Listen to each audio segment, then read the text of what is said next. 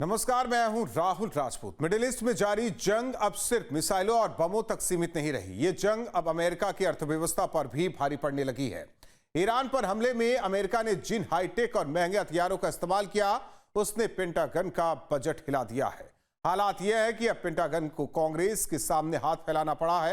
हालात इतने बिगड़ गए हैं कि पेंटागन को कांग्रेस से $200 अरब की अतिरिक्त मदद मांगनी पड़ी है। सवाल, क्या ये जंग अमेरिका को आर्थिक मोर्चे पर कमजोर कर रही है?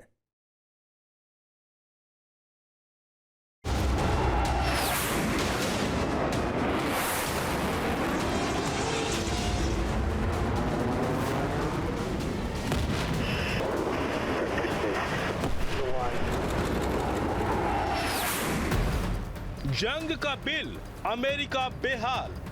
पेंटागन की गुहार, $200 अरब और ईरान पर हमला पड़ा महंगा।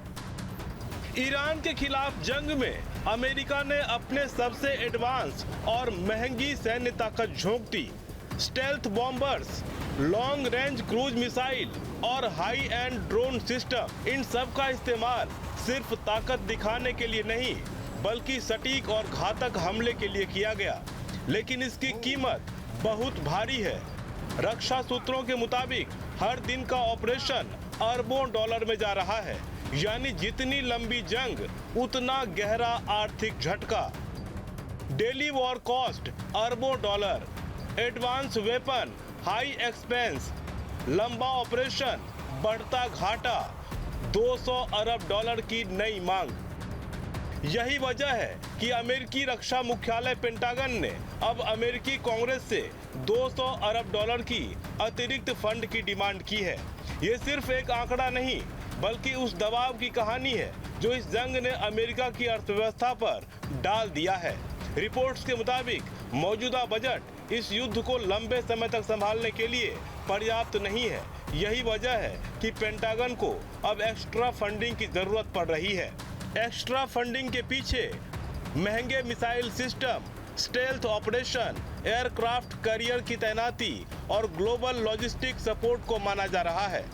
ईरान पर हमले में अमेरिका ने जिन हथियारों का इस्तेमाल किया उनमें precision guided missile, stealth bomber और एडवांस सर्विलांस ड्रोन जैसे हथियार शामिल हैं।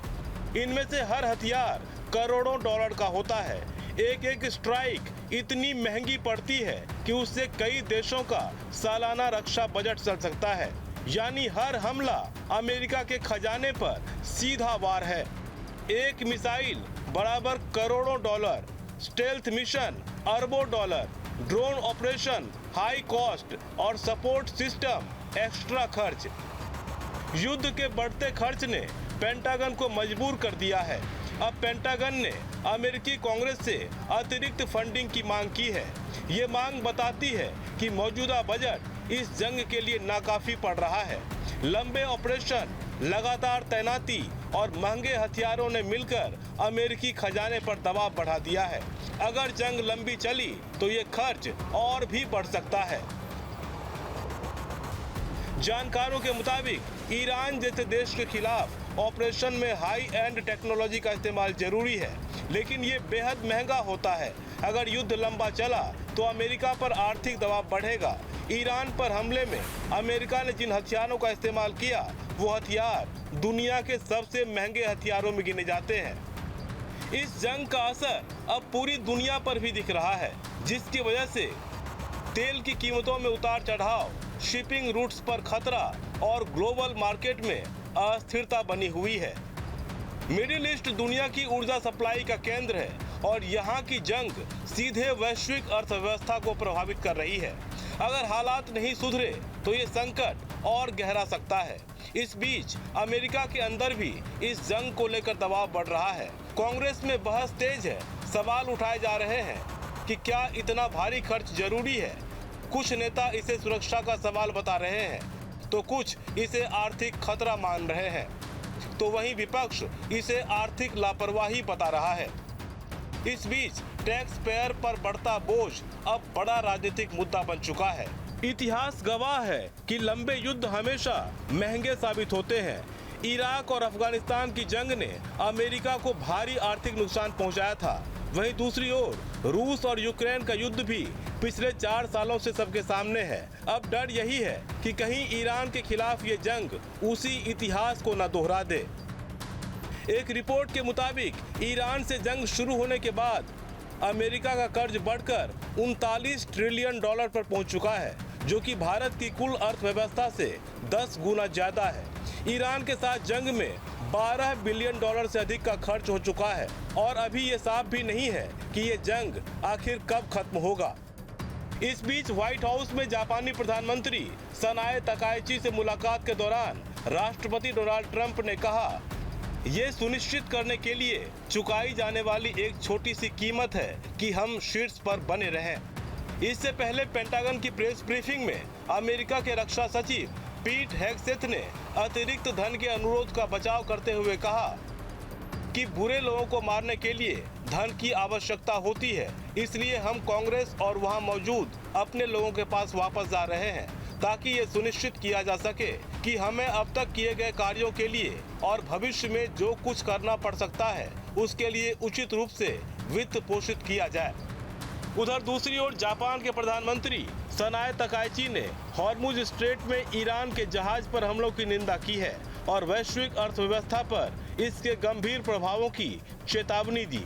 तकाइची ने कहा, मध्य पूर्व में चल रही उथल पुथल के कारण वैश्विक अर्थव्यवस्था को भारी नुकसान होने वाला है।